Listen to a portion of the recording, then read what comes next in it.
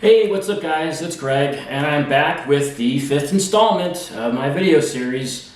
We're really moving along now. Hope everyone's doing well today.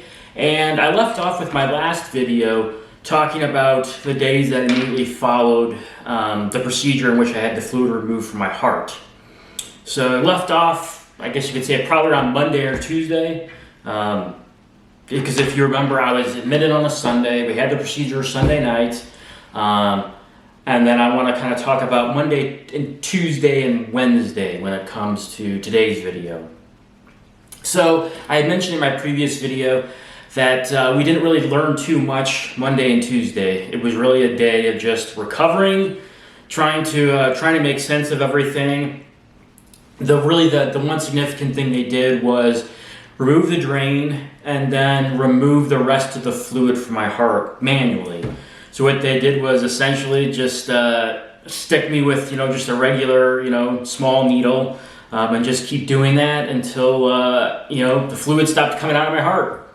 So that's what we did. It was, I don't remember exactly how long they were there, sticking me with syringes, but I want to say maybe like 30 minutes, and they'd stick it in. I would have trouble breathing, they keep telling you, breathe, breathe, breathe as the syringe is filling up with the fluid. And so they just kept doing that one after another, filling one syringe up and then, filling the next one up.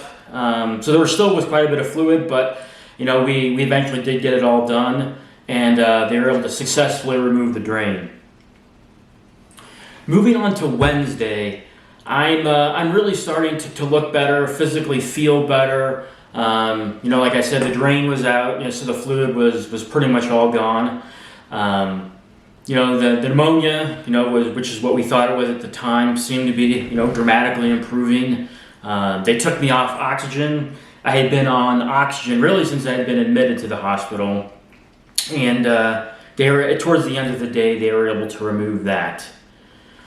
The one significant thing I want to talk about, I really haven't told anybody this except maybe a really close family. On Wednesday, it just happened to be Ash Wednesday. I'm Catholic, so I observe Ash Wednesday. And when you're in the hospital, you can get they do have priests that come through to give you Holy Communion, or you can have somebody bring it to you.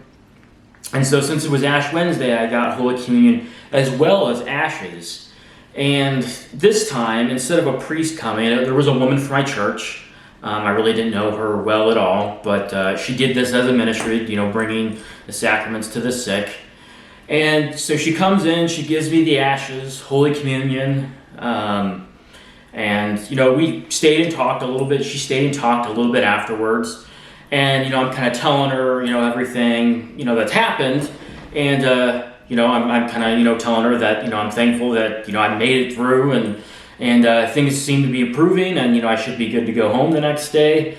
And for whatever, I guess I potentially know the reason, but, as I'm, telling her this and she's, we're conversing back and forth, she just starts tearing up, almost breaking down, but not quite.